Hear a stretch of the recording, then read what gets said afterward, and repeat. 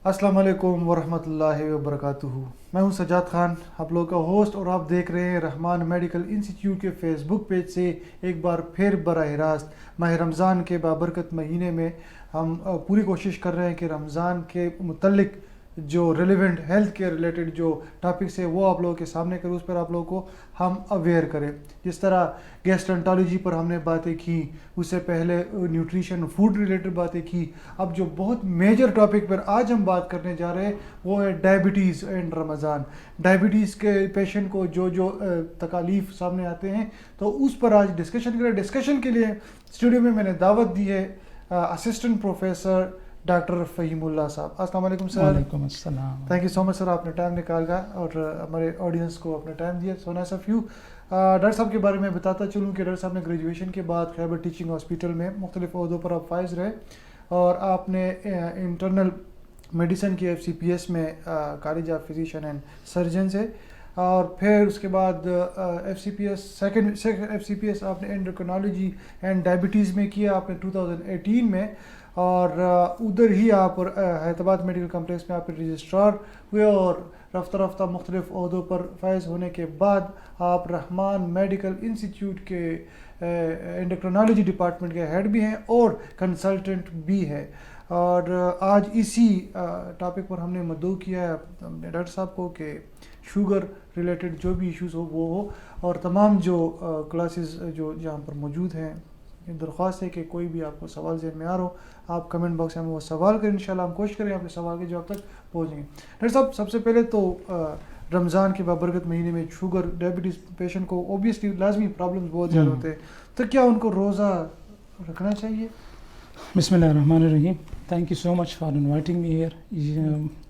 ऐसे जब हम सबको पता है कि डायबिटीज़ एक बहुत ही मेजर प्रॉब्लम है, बिल्कुल, और तकरीबन हर घर में एक या दो लोग ऐसे ज़रूर होंगे जिनको शुगर होती है। और रमज़ान एक बाबरकत महीना है, हर मुसलमान की ख्वाहिश होती है कि वो रमज़ान में रोज़े रखे, और डायबिटिक पेशेंट भी इसी में किसी से पीछे नहीं है, वो भी चाहते हैं कि जहाँ तक मुमकिन हो वो रोज़ा रखें। अब सवाल ये पैदा होता है कि क्या डायबिटिक पेशेंट, शुगर के मरीज़ रोज़ा रख सकते हैं या नहीं रख सकते। इसीलिए हम इन पेशेंट को बेसिकली एक ही लाइन में नहीं खड़ा करते, इनको हम कुछ ग्रुप्स में डिवाइड करते हैं। अच्छा। और उसके बाद हम फैसला करते हैं कि कुछ मरीज़ ऐसे होते हैं जो बासानी रोज़ा रख सकते हैं, कुछ ऐसे होते हैं जिनको हम मना कर देते हैं, या क्या उनकी सेहत के लिए, उनकी ज़िंदगी के लिए रोज़ा रखना जो है वो एक शायद नुकसानदेह हो सकता है। और बहुत से मरीज़ ऐसे होते हैं जहाँ हम उनकी ख्वाहिश पर डिपेंड करते हुए, उनके सोचते हुए, उनसे बात करते हुए फैसला करते हैं कि वो रोज़ा रख सकते हैं या नहीं रख सकते। तो ये बेसिकली हम इनको, आप इस तरह समझ लें कि 3 मेजर ग्रुप्स में डिवाइड कर लेते हैं। अच्छा जी। कुछ ऐसे मरीज़ हैं जिनकी शुगर इतनी ज़्यादा तंग नहीं करती, उनको वो शुगर सिर्फ डाइट पर कंट्रोल है, या वो एक आध किस्म की गोली खा रहे हैं और कोई बीमारी उनके साथ नहीं लगी, और वो अपना शुगर नॉर्मली कंट्रोल रहता है, नहार मुँह का भी, बड़े पेट का भी। ऐसे मरीज़ का HbA1c ठीक रहता है। तो ऐसे मरीज़ों को हम आसानी से कह देते हैं कि हाँ, हमारी तरफ से कोई प्रॉब्लम नहीं है, आप बिल्कुल आम रोज़ा रख सकते हैं हम लोगों की तरह। ये एक ग्रुप है जिसको हम इजाज़त, आराम से, कोई मसला नहीं होता, उनको कह देते हैं कि बिल्कुल आप रख सकते हैं, ऐसा मसला नहीं। उसमें से एक दूसरे एंड पे जो ग्रुप है जो रिस्क का ज़्यादा होता है उन पेशेंट में, उनको हम यूजुअली रोज़ा ना रखने का मशवरा देते हैं। वो ऐसे लोग हैं जिनमें शुगर इंतहाई अनकंट्रोल होती है, वो दिन में 3-4 बार इंसुलिन लगा रहे होते हैं। अच्छा। शुगर के साथ साथ उनमें और मसाइल, जैसे किसी का गुर्दे कमज़ोर हैं, या वो डायलिसिस पे है, या किसी ने अभी हाल ही में जो है तो दिल की सर्जरी की है, या वो उनका हार्ट फेलियर है, दिल उनका इतना कमज़ोर है कि वो बिल्कुल रात को आराम से सो भी नहीं सकते। और उनमें साथ में, या कोई बंदा ऐसा है जो अभी ये जो कोविड का जो सिनारियो है, रिसेंटली वो पोस्ट कोविड है, 2 दिन पहले या 5 दिन पहले उसको पता लगा है कि वो अभी कोविड उसको है, या अभी एक्टिवली कोविड है, या अभी कुछ हफ्ता 10 दिन पहले उसका जो रिकवर हुआ है। तो ऐसे पेशेंट्स को हम यूजुअली सलाह देते हैं कि आप रोज़ा ना रखें। एक ऐसा ग्रुप सबसे इम्पॉर्टेंट ये भी है जिनको अपनी शुगर के कम होने का पता ना लगता। अच्छा। नॉर्मली जब शुगर कम होती है, 70-60 तक पहुंचती है, तो इंसान को हाथ कँपाना शुरू हो जाते हैं, दिल की धड़कन तेज़ हो जाती है, पसीने आने शुरू हो जाते हैं। ऐसे मरीज़ को वार्निंग मिल जाती है और वो कुछ खा लेता है। कुछ लोग जिनकी शुगर को बहुत ज़्यादा टाइम गुजर चुका हो तो ऐसे लोगों को इस किस्म की वार्निंग नहीं मिलती। उनका शुगर बहुत नीचे चला जाता है और वो अचानक बेहोश हो जाते हैं तो और उनको फिर पता लगता है। तो ऐसे लोगों को फिर हम मना करते हैं कि क्योंकि आपकी जान को ख़तरा है, आपका शुगर बहुत कम हो गया होगा, आपको अंदाज़ा नहीं होगा, ठीक है। तो इस तरह के मरीज़ों को फिर हम इसके ख़िलाफ़ राय देते हैं कि आप अगर रोज़ा ना रखें तो बेहतर है। हामला ख़वातीन जो अक्सर इंजेक्शन लगाती हैं, मल्टीपल इंजेक्शन लगाती हैं, इंसुलिन पे होती हैं, टाइप 1 डायबिटिक जो सिर्फ़ और सिर्फ इंसुलिन पर डिपेंडेंट होते हैं, अगर उनकी शुगर कंट्रोल नहीं है, किसी की HbA1c बहुत ज़्यादा है, शुगर 400-500 में चल रही है, तो ऐसे मरीज़ को हम यूजुअली कहते हैं कि अगर आप रोज़ा ना रखें तो बेहतर होगा। बीच का जो मेजर ग्रुप है जिसमें मरीज़ रीजनेबली कंडीशन में होता है, ना बहुत ज़्यादा फिट होता है और ना बिल्कुल उन ग्रुप्स में होता है जिसमें हम मना कर देते हैं, ऐसे पेशेंट्स में हम यूजुअली उनकी ख्वाहिश को भी ज़रूर देखते हैं। क्योंकि उनका अगर कोई बंदा ऐसा है अगर वो रोज़ा रखना चाह रहा है और हम उन्हें कह दें कि नहीं आप ना रखें और वो एक बीच के ग्रुप में वो रख सकता है या नहीं रख सकता, अगर हम उनको मना कर दें और वो मना करने के बावजूद भी रोज़ा रखें तो ये ज़्यादा ख़तरनाक साबित हो सकता है उनके लिए। ऐसे मरीज़ों को फिर हम उनके ख्वाहिश को देखते हुए उनकी दवाइयों में, उनके इंसुलिन में इस तरह की तब्दीलियाँ करते हैं ताकि रोज़े में उनको प्रॉब्लम्स ना हो। तो बेसिकली मोस्टली पेशेंट्स जो होते हैं वो रोज़ा रख सकते हैं, मोस्ट ऑफ देम। कुछ ग्रुप जो मैंने डिस्कस किए हैं वो तो हम उनको मना कर देते हैं और बाकी जो ज़्यादातर मरीज़ हैं उनकी दवाइयों में, उनकी इंसुलिन में, उनके शुगर चेक करने के औकात कार में तब्दीली वगैरह करके हम उनके लिए राह हमवार कर सकते हैं ताकि अगर वो रमज़ान की बरकतों से फ़ायदा उठाना चाहते हैं तो कम से कम शुगर उनके आड़े ना आए और वो अपने रोज़े आराम से जो है तो वो मुकम्मल कर सकें। सर आपने जिक्र किया कुछ को आप ममनू कर रहे हैं, कुछ को आप कह रहे हैं कि आप रोज़े रखें। जिनको हम रोज़े रखने का कह रहे हैं तो उसके लिए कुछ शराइत है ख़ास?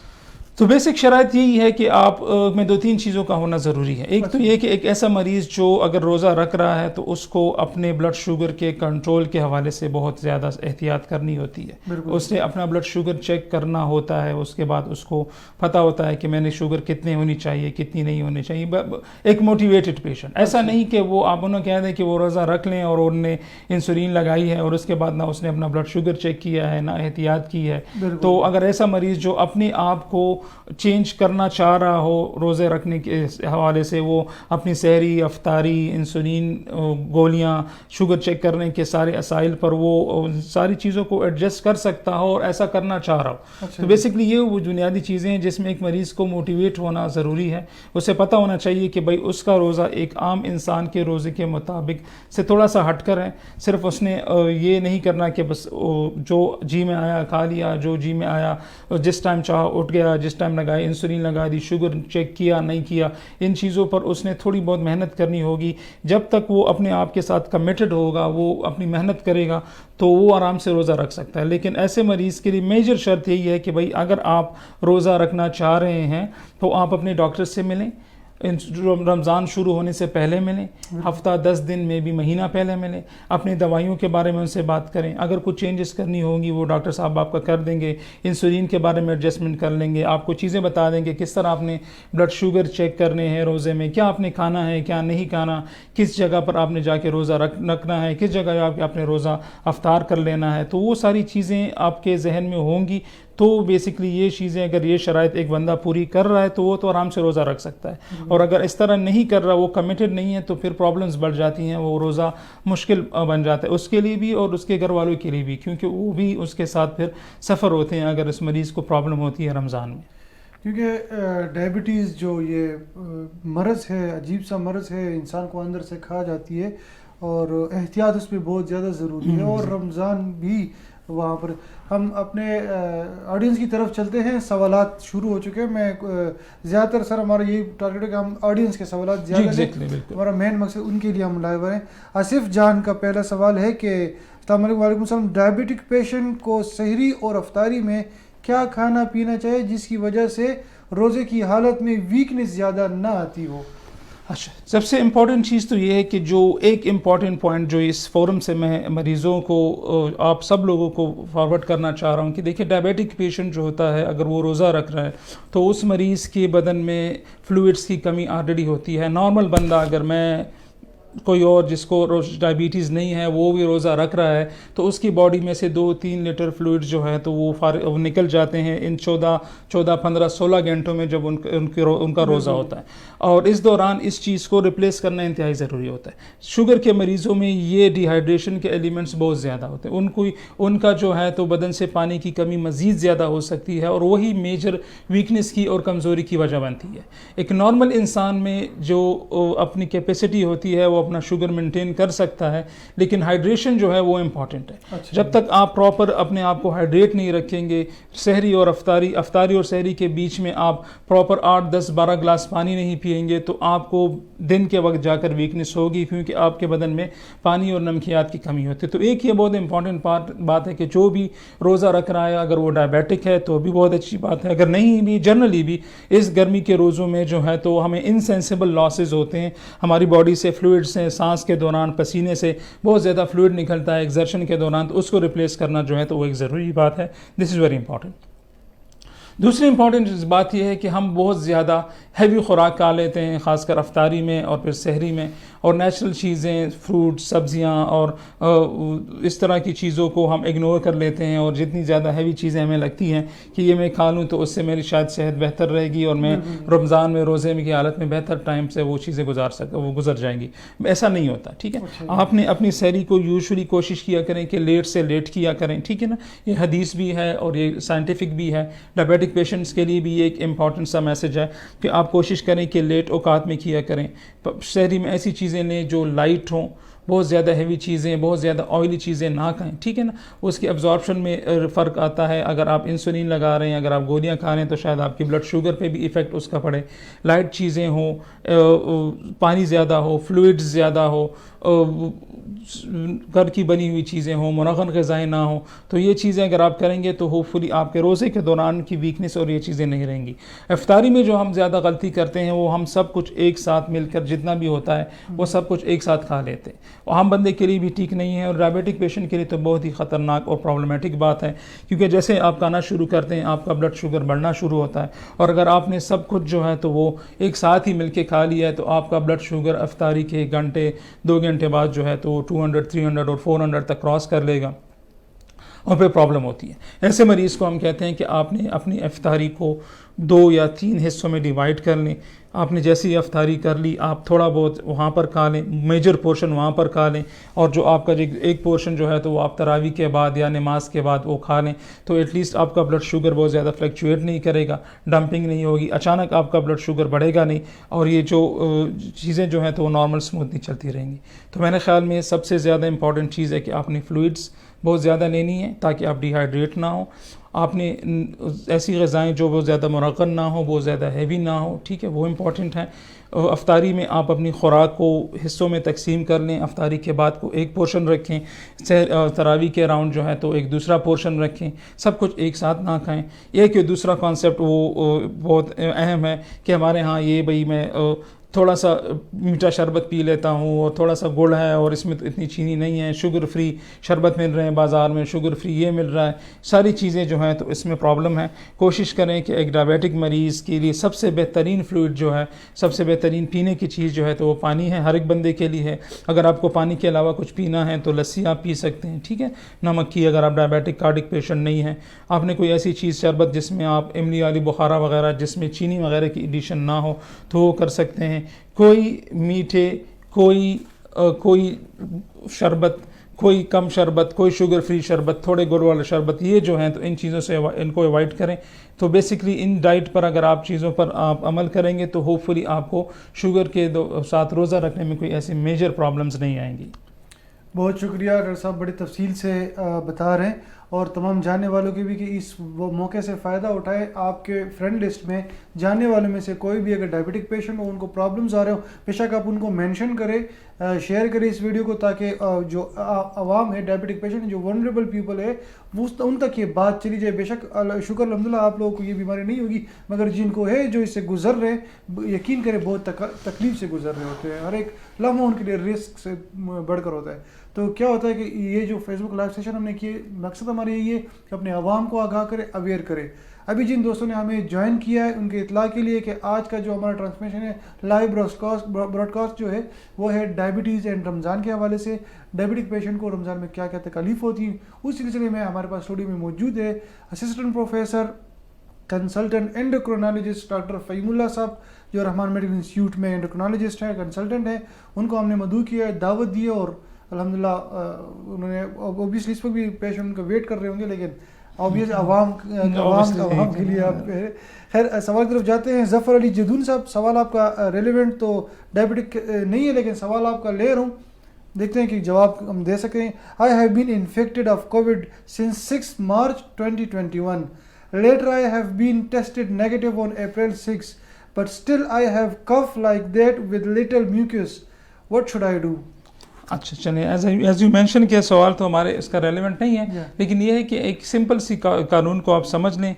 जब भी किसी बंदे को अपर रिस्पिरेटरी ट्रैक इन्फेक्शन होती है, अगर वो ज़ुकाम है, अगर वो कोविड है, अगर वो कोई और भी रिस्पिरेटरी इन्फेक्शन है, तो उसके बाद जो आपका कफ होगा, जो खांसी होगी, उसको ठीक होने में तकरीबन 3 हफ्ते से 4 हफ्ते तक रख सकते हैं। ये एक नॉर्मल सी बात है। आपको अगर ज़ुकाम भी किसी को हो जाए, गला ख़राब हो जाए, तो उसकी या नमूनिया हो जाए, उसके इन्फेक्शन के ख़त्म होने के बाद भी खांसी रहती है हफ्ता, 2 हफ्ते, 3 हफ्ते तक, मैक्सिमम 4 हफ्ते तक, तो ये कोई मेजर इशू नहीं है। यू कैन कंटिन्यू, उसका जो आप कर रहे हैं वो ठीक है।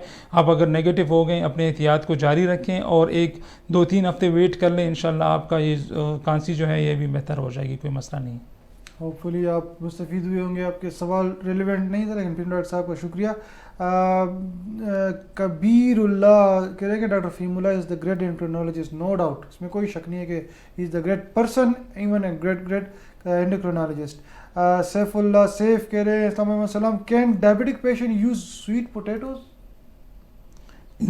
जो बेसिक इन चीज़ों को समझ लें, सब्जियों के हवाले से जितनी भी चीज़ें हैं उनको यूजुअली हम बंद नहीं करते। उनकी चीज़ों को थोड़ा सा कम मकदार में, ये सारी चीज़ें डायबिटिक पेशेंट यूज़ कर सकता है। चिकंदर हो गया, आलू हो गया, कचालू हो गया, शलजम हो गई। वो जो कॉन्सेप्ट लोगों ने फैलाया हुआ है कि जो ज़मीन के अंदर होती हैं वो ना खाया करें, जो ज़मीन से बाहर उगती हैं वो सब्ज़ियाँ खानी करें, वो बेसिकली ठीक नहीं है। यूज़ कर सकते हैं, कम मकदार में किया करें। ग्रीन वेजिटेबल्स, सब्ज़ियाँ वो ज़्यादा इंपॉर्टेंट है, वो आप रेगुलरली यूज़ कर लिया करें, उसमें कोई कमी की नहीं है, जितना आप चाहते हैं खा लिया करें। लेकिन जो ये कुछ चीज़ें जो है चिकंदर, आलू, कचालू, शलजम, ये कम मकदार में डायबिटिक पेशेंट यूज़ कर सकता है, बिल्कुल मना नहीं है, लेकिन कम मकदार में आप इस्तेमाल कर सकते हैं, कोई इतना बड़ा इशू नहीं होगा इंशाल्लाह। ज़बरदस्त सवाल। कबीरुल्लाह का सवाल है, अगर इंसुलिन का पेशेंट इंसुलिन पे हो और 12 PM उसका RBS इस रमज़ान में 120 हो, तो वो रोज़ा मज़ीद रख सकता है कि नहीं? अच्छा, इस सवाल को हम इस तरह ले लेंगे कि शुगर के मरीज़ को रोज़ा किस टाइम पर अफ्तार करना चाहिए। कौन से ऐसे लेवल्स हैं जिसमें अगर एक डायबिटिक पेशेंट है उसको समझना चाहिए कि वो रोज़ा जारी रखना जो है उसकी सेहत के लिए ख़तरनाक हो सकता है। तो ऐसे हालात में जो फिगर है वो किताबों में 70 मेंशन है।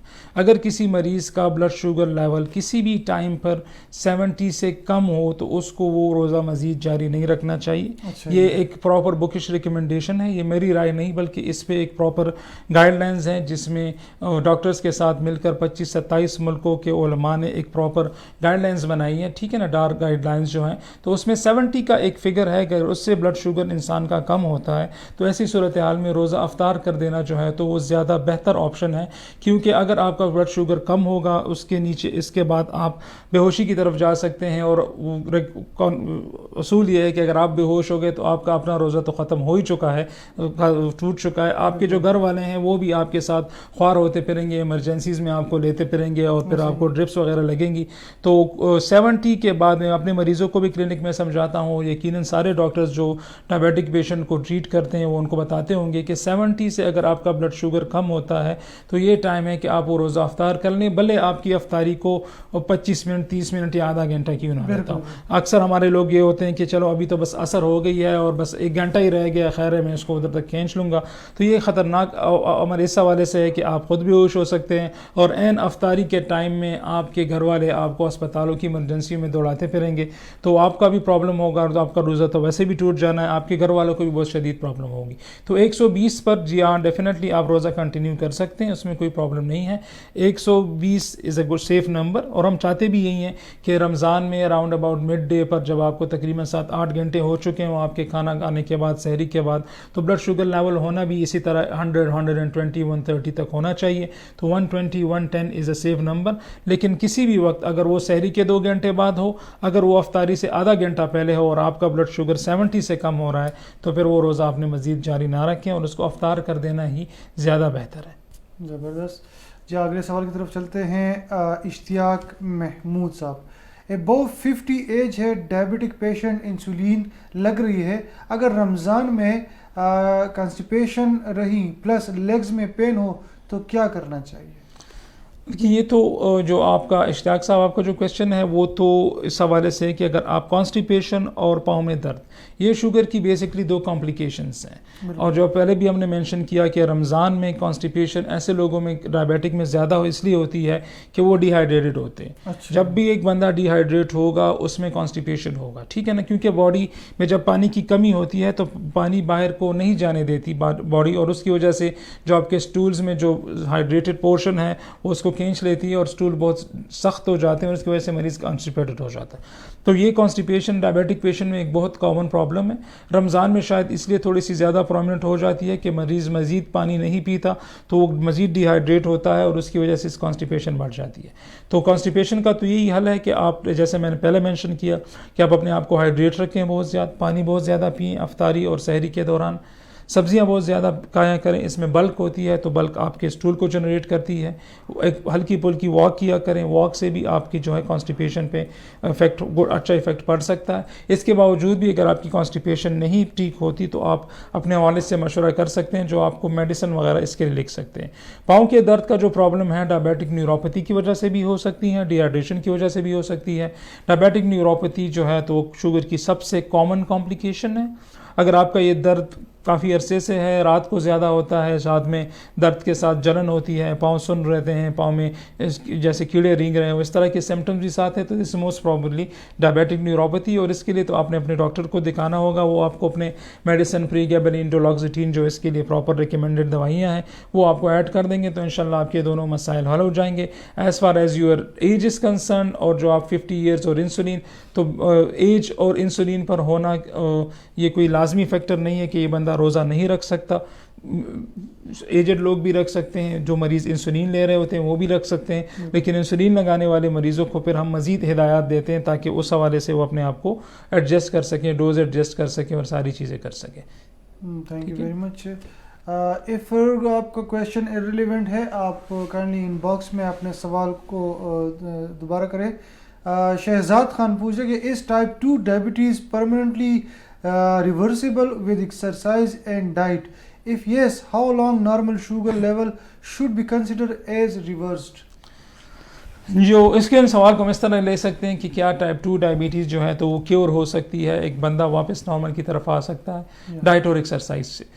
डाइट और एक्सरसाइज से तो यूजुअली नॉर्मल की तरफ आना थोड़ा मुश्किल है, लेकिन हाँ टाइप 2 डायबिटीज़ अर्ली टाइम में अगर आपको शुगर के हुए तकरीबन 1, 2, 3 साल हुए हों, तो ऐसी सूरत हाल में अगर कोई बंदा वज़न कम करता है, अच्छा जी, तो उसकी डायबिटीज़ रिवर्स हो सकती है।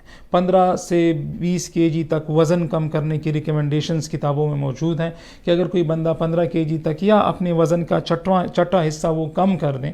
एक बंदा अगर फॉर एग्ज़ाम्पल वो 100 kg है और वो 80 पर आ जाए, ऐसे तो उस तरह वो अपनी डायबिटीज़ को क्योर कर सकता है। डाइट और एक्सरसाइज से आपकी ब्लड शुगर कंट्रोल रहती है। वज़न कम करने से आप डायबिटीज़ को मुकम्मल तौर पर ख़त्म कर सकते हैं, लेकिन उसके लिए आपको मज़ीद मेहनत करनी पड़ेगी। आम आधे घंटे के वॉक से या थोड़ा बहुत एहतियात करके ख़ुराक से आपको वज़न कम नहीं होगा। उसके लिए आपने प्रॉपर एक्सरसाइज करनी होगी, यू हैव टू रन। वज़न कम करने के लिए आपने जतन करने होंगे। तो अगर कोई बंदा एक्टिव है और वो अपना वेट कम कर सकता है तो वो अपनी डायबिटीज़ को क्योर कर सकता है, स्पेशली अर्ली फ्यू ईयर्स में। तो ये पॉसिबल है। हाँ, रिवर्स का हम नंबर ये है कि आपके लेवल्स नॉर्मल हो जाए, और नॉर्मल लेवल का मतलब ये है कि अगर आपका फास्टिंग ब्लड शुगर अभी 100 से कम आ रहा है, आप वीनस सैंपल करते हैं, ग्लूकोमीटर सैंपल नहीं, आप वीनस सैंपल करते हैं, रक्त से खून देते हैं और आपका ब्लड शुगर 100 से कम आ रहा है, और अगर आपने HbA1c 3 महीने का टेस्ट कराया और वो 5.7 से कम आया है, तो ये नॉर्मल लेवल्स हैं और आपकी डायबिटीज़ रिवर्स हो गई है। लेकिन डाइट और एक्सरसाइज से तो नहीं होगा, आपने एक स्टेप इससे आगे जाना है और आपने अपना वज़न भी ठीक ठाक 15 अराउंड अबाउट kgs कम करना है, तो यू कैन क्योर डायबिटीज़। तो वो पॉसिबल है, लेकिन वज़न कम करना ज़रूरी।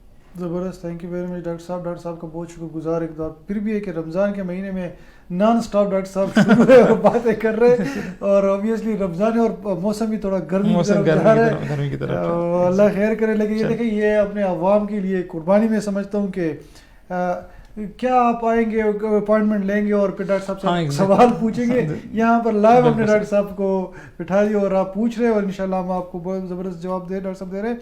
जिन दोस्तों ने अभी ज्वाइन किया उनकी इत्तला के लिए गए assistant professor doctor Fahimullah, consultant endocrinologist RMI, यहाँ पर हमारे साथ स्टूडियो में मौजूद है।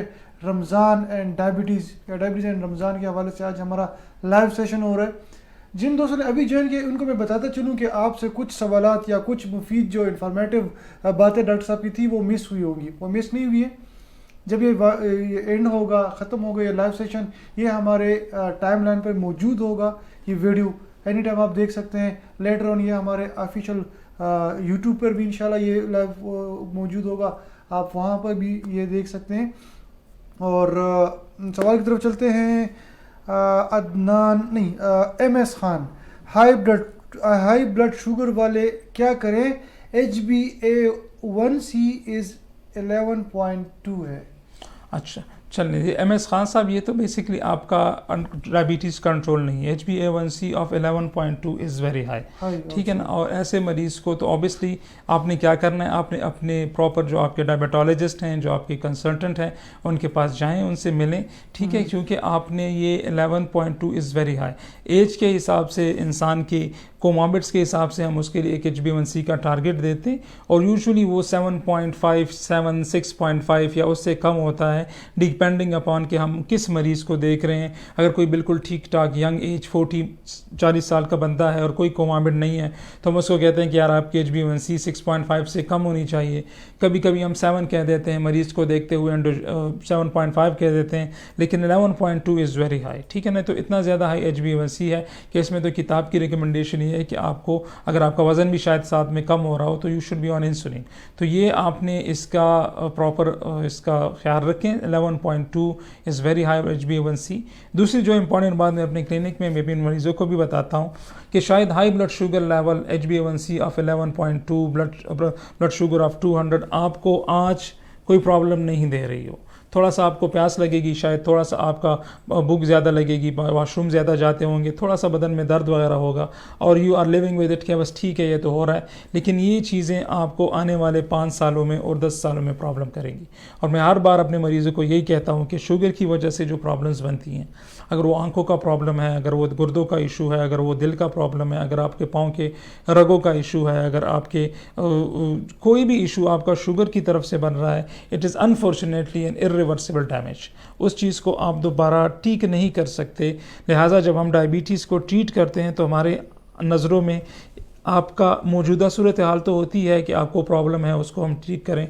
हम आपको 10 साल बाद देख रहे होते हैं कि क्या होगा, और आपको हम उन कॉम्प्लिकेशंस की तरफ से बचा सकें, रोक सकें।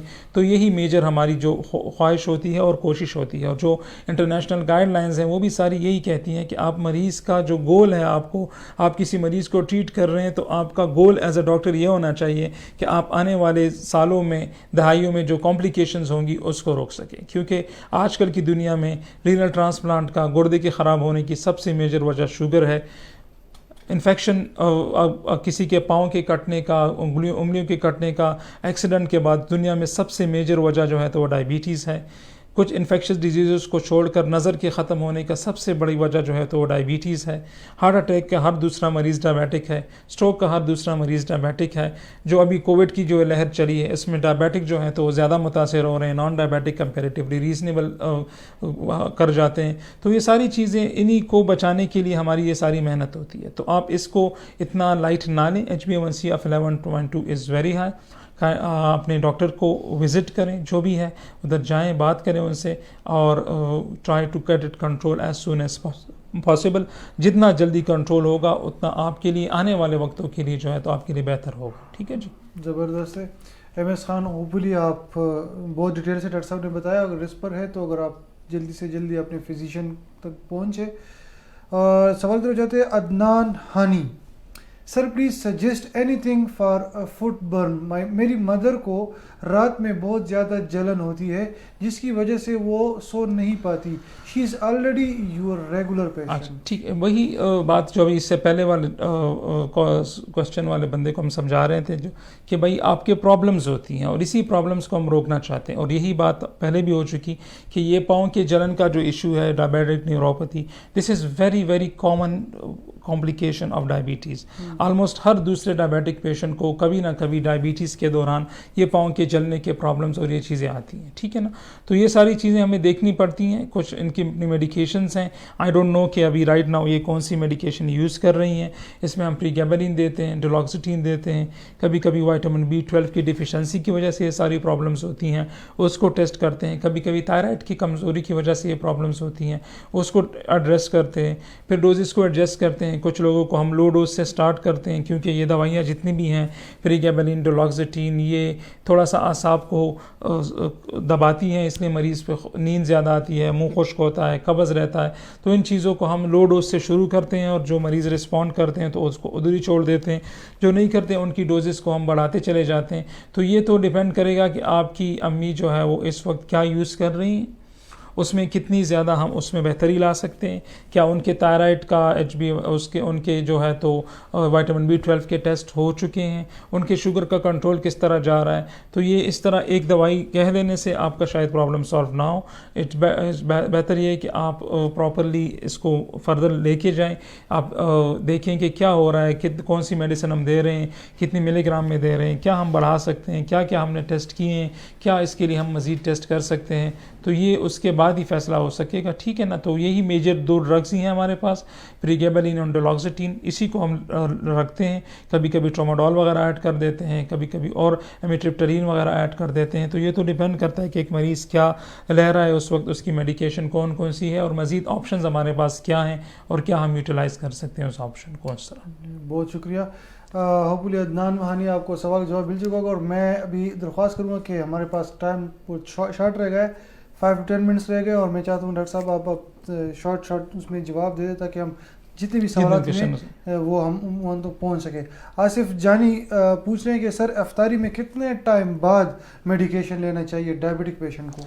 तो डिपेंड करता है कि कौन सी मेडिसिन ले रहा है। वो आप कहना है कि शॉर्ट जवाब दें, लेकिन डायबिटीज़ क्योंकि इतनी लंबा टॉपिक है कि उसमें एक सवाल की कहीं पॉसिबल जवाब हो सकता है। मैं आपके लिए कह रहा हूँ कि आपको मेरी आदत है और जस्ट कीप ऑन टॉकिंग सुबह से शाम तक मरीजों के साथ ये डिस्कशन होती है। ठीक है ना, तो वो डिपेंड करता है कि आप क्या ले रहे हैं। अगर कोई बंदा इंसुलिन लगा रहा है फॉर एग्जांपल, तो वो तो अफ्तारी से पहले भी आपके डिपेंड करता है कि इंसुलिन आपको डॉक्टर ने आपको आधा घंटा पहले लगाने से कहा है वो खाने से, या 10 मिनट पहले लगाए हुए, तो वो तो आप रमज़ान रोज़े के दौरान भी लगा सकते हैं। इंसुलिन के लगाने से आपका रोज़ा नहीं टूटेगा। तो अगर आप इंसुलिन लगा रहे हैं तो आपने अपनी अफ्तारी से अंदाज़ा, आपको पता है कि आजकल फॉर एग्जांपल 7 बजे अफ्तारी हो रही है, तो मैंने अपनी इंसुलिन 10 मिनट कम 7 बजे या 20 मिनट कम 7 बजे लगा दी और आपने नॉर्मल लोगों के साथ अफ्तार कर लिया। तो ये तो उन पेशेंट के लिए है जो हर खाने से पहले अपना इंसुलिन लगाते हैं।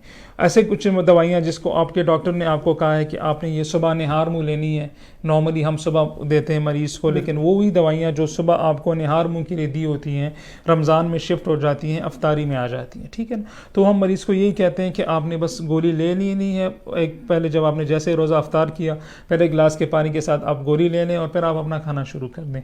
ऐसा ना करें कि मैंने गोली खा ली है और अब मैं 10 मिनट 20 मिनट मज़ीद इंतज़ार करूँगा या करूँगी और उसके बाद मैं प्रॉपर खाना शुरू करूँगी, तो इस तरह नहीं है। ठीक है, आप वो गोली लेके भी खा सकती हैं। दूसरी मेडिसिन हमने मरीज़ इस किस्म की गोली होती है जो हमने मरीज़ को कहा होता है कि आप खाने के साथ लिया करें या खाने के दौरान लिया करें। यूजुअली वो बड़ी बड़ी गोलियां होती हैं सुबह शाम के हवाले से, तो उसको हम कहते हैं कि आप एक सहरी में ले लें, एक अफ्तारी में ले लें, और वो आप अफ्तारी के दौरान भी ले सकते हैं, अफ्तारी मुकम्मल करने के बाद भी ले सकते हैं। तो उसमें कोई इतना ज़्यादा स्पेसिफ़िक टाइम होना की ज़रूरत नहीं है। जो इम्पॉर्टेंट चीज़ है वो इंसुलिन है, जो हमेशा आपने अफ्तारी से पहले लगानी है।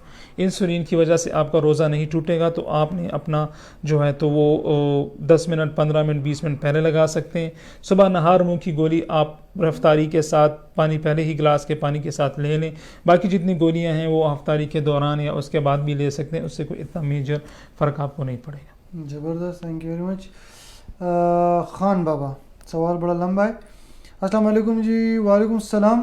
सर, आजकल लोगों में ये बात बहुत आम है कि जब उम्र 40 या 45 साल से बढ़ जाए और शुगर की बीमारी ना लगी हो तो फिर इंसान को चाहिए कि वो अपनी खुराक में शुगर की मिकदार बढ़ा ले, क्योंकि उम्र के इस हिस्से में इंसानी वजूद को शुगर की ज़रूरत बढ़ जाती है। इसमें कितनी हकीकत है या ये सिर्फ एक बात ही है, मफरूज़ा ही है, ठीक है ना। हाँ, ऐसा तो कुछ नहीं है, किताबों में कम से कम एटलीस्ट हमने नहीं पढ़ा, ठीक है ना। ऐसा कुछ नहीं है कि आपने 40 साल तक अगर आप शुगर नहीं हुई तो यू आर लकी कि आप 40 साल तक पहुंच गए और आपको शुगर नहीं हुई। अदरवाइज तो जब भी बंदा 40 तक पहुंचता है तो उसको अनफॉर्चुनेटली हम आजकल बहुत देख रहे हैं 32, 34, 28, 30 साल के नौजवान आते हैं और उनको शुगर होती है। तो अगर आपको 40 साल तक शुगर नहीं हुई तो आप इस पर अल्लाह का शुक्र अदा करें, 2 रकात नफल पढ़ें। और ऐसा कुछ नहीं है कि आपने शुगर बढ़ा देनी है, आप अपने ही नॉर्मल रूटीन पर रहें। रादर आप जितनी आपकी उम्र बढ़ती है तो शुगर का चांस और ख़तरा जो है तो बढ़ता चला जाता है। तो कोशिश किया करें कि जितना आपका अगर उम्र बढ़ रही है तो आप अपनी लाइफस्टाइल को मज़ीद बेहतर करें, एक्सरसाइज की तरफ जाएं, एक्टिविटी को बढ़ाएं। अगर आप कोई एक्स्ट्रा शुगर वगैरह ले भी रहे हैं तो उसको कट डाउन करें ताकि आपको ऐसा ना हो, ठीक है ना। तो ये तो बिल्कुल एक गलत सी बात है, एक बिल्कुल मफरूज़ा है, इस पर बिल्कुल ना जाएँ। नॉर्मल हेल्दी डाइट स्टाइल रखें, एक्सरसाइज करें, वैसे भी रिफाइंड शुगर कम से कम खाएं। और अगर 40 साल तक आपको शुगर नहीं हुई तो ये तो बहुत अच्छी बात है, इस पर खुदा का शुक्र अदा करें। ऐसा कुछ नहीं है, ये गलत बात है जी। सैफुल्लाह सैफ साहब पूछे हाउ टू लूज वेट। ये तो आपने एक दूसरी कहानी और चैप्टर खोल दिया, ठीक है ना। वेट लॉस तो एक बहुत डिफ़िकल्ट इशू है, ठीक है ना। उस पर अगर कभी मौका मिला तो इंशाल्लाह मैं आपकी वसादत से we can sit together again कि वज़न कम करना ये भी एक मेटाबॉलिक प्रॉब्लम ही है। जिस तरह शुगर एक मेटाबॉलिक बीमारी है उस तरह वज़न भी एक मेटाबॉलिक बीमारी है जो अल्टीमेटली जड़ है इन तमाम बीमारियों का। शुगर, ब्लड प्रेशर, कोलेस्ट्रॉल, सांस की बीमारी, दिल के प्रॉब्लम, ये सारे इसी एक तने से निकले हुए प्रॉब्लम्स हैं। बेसिक प्रॉब्लम ही इसकी ओबेसिटी और वेट गेन है और इससे आगे जाकर ये सारे मसले निकलते हैं। तो इंशाल्लाह ये तो एक लंबी डिस्कशन होगी। होप कि कभी हमें मौका मिला तो विल सिट टुगेदर कि इस पर डिस्कशन करें, क्योंकि एक बहुत मेजर प्रॉब्लम आ रहा है हमारे पास। अच्छा जी, मुजाहिद खान पूछ रहे हैं sir, how obesity related two diabetes as we see that almost many obese people have diabetes mellitus।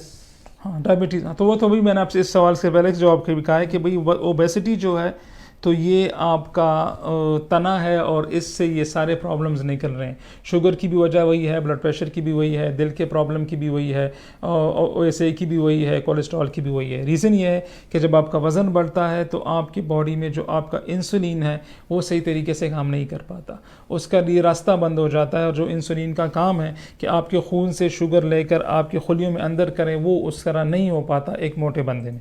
उसकी वजह से बॉडी को ज़्यादा से ज़्यादा इंसुलिन बनानी पड़ती है ताकि वो अपना काम कर सके।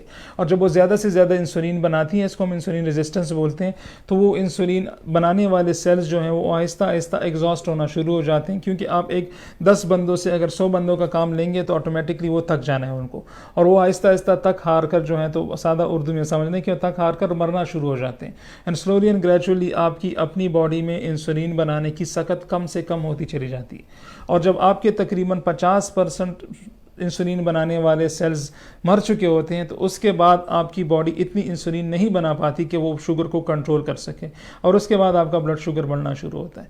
लिहाजा अगर किसी बंदे को शुगर हो रहा है तो उसका मतलब है कि उसका 50 से 60% इंसुलिन बनाने की कैपेसिटी ऑलरेडी जो है तो वो जा चुकी है।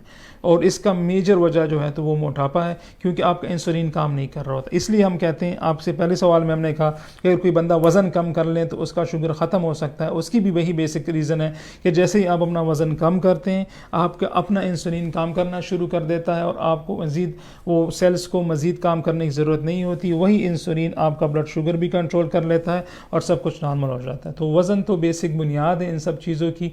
इसलिए इससे पहले सवाल के जवाब में भी हमने कहा कि वज़न फिर एक बार फिर कभी इंशाल्लाह मौका मिला तो वी विल डिस्कस कि ओबेसिटी जो है तो it's a very big pandemic. Diabetes से भी बड़ा इशू है ओबेसिटी हमारे यहाँ, क्योंकि अल्टीमेटली इसने आगे जाकर इन्हीं प्रॉब्लम्स को जन्म देना है। ज़बरदस्त जी। इश्तियाक महमूद साहब सवाल कर रहे हैं कि अगर initial symptoms of sugar define कर दें। शुगर के हवाले से आप इसको बदकिस्मती समझ लें हमारे उसमें कि कोई ऐसा स्पेसिफिक सिम्टम नहीं है जिसको आप पकड़ कर कह सकें कि इस बंदे को शुगर है। अच्छा, जो हमारे इनिशियल सिम्टम्स होते हैं जो किताबों में मेंशन है कि बंदे को प्यास ज़्यादा लगती है, भूख लगती है, पानी ज़्यादा पीता है, मुंह खुश्क होता है, वॉशरूम बार बार जाना पड़ता है, शायद थोड़ा बहुत वज़न कम हो जाए, ये भी एक अल्टीमेट चीज़ नहीं है। ज़रूरी नहीं है कि हर एक बंदे में ये प्रॉब्लम हो। ऐसे मरीज़ भी होते हैं जो डायबिटिक होते हैं और साल तक डायबिटिक रहते हैं और उनको पता ही नहीं चलता। थोड़ा बहुत हम इन चीज़ों को दूसरी तरफ से कोरिलेट कर देते हैं। आजकल के मौसम में अगर किसी का मुंह खुश्क हो रहा है तो वो कहेगा यार गर्मी है, खैर है गर्मी में होता रहता है। अगर किसी को थोड़ा बहुत जो है तो बदन में दर्द वगैरह होते हैं तो यार तकन हो गई है, काम बहुत कर लिया है, रमज़ान है, खैर है, हो जाता है। अगर किसी को वॉशरूम ज़्यादा जाना पड़ रहा है तो खैर यार सर्दी का मौसम है, पानी ज़्यादा पी लिया था, ये कर लिया था। तो हम उन चीज़ों को कोरिलेट करते रहते हैं दूसरी चीज़ों के साथ। और अल्टीमेटली और ये किताबी बात भी है कि जब मरीज़ को पता लगता है कि उसको शुगर है तो उसको शुगर हुए तकरीबन 4-5 साल हो चुके होते हैं। लिहाजा ऐसी सूरत हाल में आप सिम्टम्स पर वेट ना करें। किताबी रिकमेंडेशंस ये हैं कि अगर किसी की उम्र 35-40 साल तक हो चुकी है तो उसको चाहिए कि साल में एक बार अपना फास्टिंग ब्लड शुगर लेवल या HbA1c जो है तो वो रेगुलरली कराते रहना चाहिए। और यही तरीका है इसको जल्दी पकड़ने का। अगर आप सिम्टम्स पर जाएंगे तो सिम्टम्स शायद हों किसी में, शायद ना हो। हमारे पास जब आते हैं मरीज़ पहली बार डायग्नोज होते हैं तो उनको कहते हैं कि कोई मसला था आपको, तो क्या मुझे तो कोई मसला नहीं था, लेकिन जब हम डिग इन करते हैं कि वॉशरूम बाथरूम जाते थे, पानी ज़्यादा पीते थे, तो फिर उनको याद आता है कि हाँ मेरे तो 3-4 महीने हो गए, थोड़ी सी मेरी प्यास बढ़ गई है, पहले मैं एक बार उठा करता था रात को, अभी 2 बार उठने लगा हूँ। तो वो मरीज़ को इतना उसका पता ही नहीं होता कि ये प्रॉब्लम्स हैं। तो सिम्टम्स हैं जो आपको मैंने बताएं, पानी ज़्यादा पीना, भूख ज़्यादा लगना, प्यास लगना, मुँह खुश्क होना, बाथरूम बार बार जाना, वज़न कम होना, लेकिन ये इतने रिलायबल नहीं है। जिस तरह फॉर एग्जांपल अभी किसी को कांसी हो गई है तो आपको पता लग जाएगा कि चेस्ट का प्रॉब्लम है, तो उसने बता दिया कि भाई मैं कफ हो रही है, कांसी हो रही है, सीने में कोई मसला है, चेस्ट में कोई प्रॉब्लम है, जाके दिखा दें। डायबिटीज़ के सिम्टम्स इस तरह नहीं होते, तो इसलिए चेक करना रेगुलरली, स्पेशली 30-35 किताबी रिकमेंडेशन 40 साल है, उसके बाद साल में 6 महीने में एक बार चेक कर लेना ज़्यादा बेहतर ऑप्शन है। बिल्कुल, सवालात और जवाबात का सिलसिला जारी है। टाइम तो ऑलरेडी हमारा अप हुआ है, लेकिन डॉक्टर साहब का माशाल्लाह स्टेमिना खुद कह रहा है कि वेलकम। तो कुछ सवालात बाकी है, सवालात की तरफ ज़रूर जाएंगे, लेकिन जिन दोस्तों ने अभी ज्वाइन किया है उनको भी इंफॉर्मेशन ज़रूर दूंगा कि रमज़ान एंड डायबिटीज़ के हवाले से live session Rahman medical institute के फेसबुक पेज से बराह रास्त शुरू है। काफ़ी सवालात के जवाब हो गए और कुछ सवालात आगे रहते हैं। और doctor Faheem assistant professor endocrinologist and consultant Rehman medical institute हमारे साथ स्टूडियो में मौजूद है। सवाल की तरफ जाते हैं। नजीब गौरी साहब कह रहे हैं 9.3 HbA1c and RBS fasting 250, sir इसको हम कैसे कवर करें? नहीं, तो वही बात होगी ना कि आप इस वक्त what are you doing right now, ठीक है ना। अभी आप क्या मेडिसिन ले रहे हैं, क्या हो रहा है, क्या नहीं हो रहा, उसके बाद एक स्टेप आपने आगे पर। अगर ये बिल्कुल नाइव पेशेंट है तो इसके लिए एक दूसरी ऑप्शंस होंगी। अगर ये ऑलरेडी ट्रीटमेंट ले रहा है तो उसकी ऑप्शन दूसरी होगी। इतना इंपॉर्टेंट मैं आपको बता दूं कि 9.3 HbA1c भी ज़्यादा है, फास्टिंग ऑफ 250 भी बहुत ज़्यादा है। तो इसलिए आपको you need to go and see your doctor. अपने डॉक्टर के पास जाएँ, जहाँ पर भी आप हैं, अपने डायबिटोलॉजिस्ट या अपने फिजिशियन के पास जाएँ। ये लेवल्स बहुत ज़्यादा हैं। पहले भी हमने ये बात डिस्कस की कि भाई आपका HbA1c यूजुअली 6.57 तक होना चाहिए, फास्टिंग अराउंड 110, 120, 130 मैक्सिमम होना चाहिए। बड़े पेट का शुगर खाने के 2 घंटे बाद का 160 से 180 तक होना चाहिए। तो ये आपके बेसिक टारगेट्स हैं। कोलेस्ट्रॉल आपका 70 से कम होना चाहिए, LDL कोलेस्ट्रॉल। ब्लड प्रेशर आपका 140/90, 140/90 से कम होना चाहिए मोस्ट ऑफ द पेशेंट। तो अगर आपके ये टारगेट अचीव हैं तो आपकी डायबिटीज़ की ट्रीटमेंट ठीक जा रही है। है आप उसको कंटिन्यू करें। अगर आपकी ये टारगेट अचीव नहीं है, आपकी फास्टिंग ज़्यादा है या रैंडम ज़्यादा है या HbA1c ज़्यादा है या कोलेस्ट्रॉल ज़्यादा है या ब्लड प्रेशर ज़्यादा है, तो इसका मतलब है कि ये वक्त है कि आप अपने डॉक्टर के पास वापस जाएँ, उनसे मिलें कि भाई मेरे लेवल्स ठीक नहीं आ रहे और इनको कुछ करें, डोज एडजस्टमेंट करते हैं, आपको मेडिसिन चेंज करके देते हैं, डोज बढ़ाते हैं, इंसुलिन देते हैं, डिपेंड्स ऑन हिम और आपकी करंट मेडिकेशन पर होगा कि अभी आप क्या ले रहे हैं, क्या इसमें बेहतरी आ सकती है। तो मेरा मशवरा आपको यही होगा कि आप अपने डॉक्टर के पास जाएं, बात करें उनसे, मिलें उनसे, क्योंकि जब तक आपके शुगर के ये टारगेट कंट्रोल नहीं होंगे, सब कुछ नॉर्मल नहीं होगा, आने वाले वक्त के प्रॉब्लम्स वो उस वक्त तक आपके सामने रहेंगे। जब तक ये चीज़ें बेहतर नहीं हो जाती तो ये प्रॉब्लम होगी। तो कोशिश करें कि as soon as possible doctor से मिलें और इन चीज़ों को कम करने की कोशिश करें। शुगर के मतलब हमारे डायबिटीज़ के मतलब हमारे सवाल जवाब जारी हैं। ये याद रखें कि रमज़ान में डायबिटीज़ के क्या क्या प्रॉब्लम सामने आ रहे हैं, उस रिलेवेंट सवालात करें। इंशाल्लाह रमज़ान के बाद प्रॉपर डॉक्टर साहब के साथ इंशाल्लाह एक दफ़ा बैठक होगी यहाँ पे स्टूडियो में, और ओवरऑल डायबिटीज़ के बारे में बात करेंगे, जो सिम्टम्स और ये चीज़। अभी इस वक्त जो हमारा जो टारगेट है वो हम चाहते हैं कि रमज़ान के मतलब प्लीज़ आप सवालात करें, जो डायबिटीज़ पेशेंट को कुछ इशूज़ आ रहे हैं। लेकिन सवाल अब सर आए हैं तो एक वन लाइनर आप जवाब दीजिए। मुझे पता है जवाब आसान नहीं है, लेकिन thanks for answering. Shahzad Khan कह रहे थैंक्स फॉर आंसर डॉक्टर साहब, continuation to my question of type 2 diabetes. I have lost 9 kg from 83 kg to 74 kg. My HbA1c was 9.7 and now it's 5.4. Sugar level is around 100 on fasting and it is now for 3 to 4 months. Should I consider it reversed? हाँ, तो ये शायद वही साहब है जिन्होंने पहले question किया था, वज़न कम करना ही लॉजिक है, मैजिक है, ठीक है ना। अभी आपने 9 kg वज़न कम किया और आपकी HbA1c जो है तो 9.7 से 5.4 तक आ गई है। ये कोई और चीज़ नहीं कर सकती, सिर्फ वज़न कम करना हो सकता है ऐसा। अगर आपके लेवल 5.4 हैं और आपकी फास्टिंग 100 से कम आ रही है तो your diabetes has been reversed, चीज़ें नॉर्मल हो गई हैं। आप एहतियात फिर भी जारी रखें, क्योंकि अगर ये वज़न दोबारा बढ़ेगा तो ये चीज़ वापस आ जाएगी। So you have to work on this weight मज़ीद। अगर आप 90 kg 83 kg still on the higher side, आप इनको BMI को अपना चेक करें, BMI को बेहतर करें, वज़न को कंट्रोल रखें, मज़ीद कम करने की कोशिश करें और फिर वहाँ जाके रुक जाएं। हाँ। ऐसा नहीं, अगर ये आपने वज़न आपका उधर ही रहेगा जहाँ पर आप हैं, 10-15 kg आपने कम किया है, तो डायबिटीज़ वापस नहीं आएगी। जैसे ही आपका वज़न वापस 83 की तरफ जाएगा तो ये चीज़ वापस आ जाएगी। तो आपका बिल्कुल ठीक, ये चीज़ बेहतर हो गई है, it has been reversed, but now you have to keep it like this. और आपने अपना वज़न कम रखना है, तो आपने बढ़ने नहीं देना। ज़बरदस्त जी। मोहम्मद हमायून खान करके हाइपोथायराइड के बारे में कुछ। हाइपोथायराइड तो एक अलग चैप्टर है, जाएगा अलग किताब बन जाएगी। थायराइड भी इस तरह डायबिटीज़ के हवाले से हमारा एक बहुत ही इंपॉर्टेंट ऑर्गन है और उसको हम पेशेंट बहुत होते हैं। तो होपफुली अगर फ्यूचर में आपके पास वक्त हो तो we can have sitting on thyroid, और थायराइड के हवाले से बहुत डिस्कशंस जो हैं तो वो कर लेंगे। कोशिश करेंगे रमज़ान के हवाले से आप सवालात करें। समीउल्लाह भी करेंगे, अस्सलाम वालेकुम सलाम। Patient 20 year of age, insulin 30 unit सुबह और 24 यूनिट शाम को लग रहा है, लेकिन घुटनों और चक्कर आ रहा है। तो डॉक्टर साहब रोज़ा रखना ठीक होगा और क्या करना इस्तेमाल ठीक होगा कि पेशेंट को चक्कर और घुटनों का दर्द ना है? देखिए, मैं विल डिवाइड की ये 2 मेजर प्रॉब्लम्स हैं। एक है एक डायबिटिक पेशेंट है जो दिन में 2 बार इंसुलिन लगा रहा है, ठीक है ना, और वो रोज़ा रखना चाह रहा है। उसके लिए रोज़े में हम क्या कर सकते हैं और क्या वो रोज़ा रख सकता है कि नहीं। घुटनों का दर्द और सर चक्कर आना तो एक 2 अलग इश्यूज़ हैं। घुटने का दर्द को तो डायबिटीज़ के साथ कोई डायरेक्ट ताल्लुक नहीं है, वो तो आप किसी ऑर्थोपेडिक सर्जन को दिखा दें, वो बेहतर होगा। चक्कर आने की मेजर वजह शायद या अगर शुगर कम होना है तो उसको ज़रूर चेक कर लिया करें। इसी फोरम से टूवर्ड्स द एंड मैं ये कहना चाहूँगा कि भाई आप शुगर चेक करने का बहुत ज़्यादा अहतमाम किया करें रोज़े में। शुगर चेक करने से आपके रोज़े पे कोई असर नहीं पड़ता। बेहतरीन टाइम ये है कि आप दिन के 12 बजे के करीब चेक कर लिया करें, अफ्तारी से थोड़ी देर पहले चेक कर लिया करें, और सहरी और अफ्तारी के 2-2 घंटे बाद चेक कर लिया करें।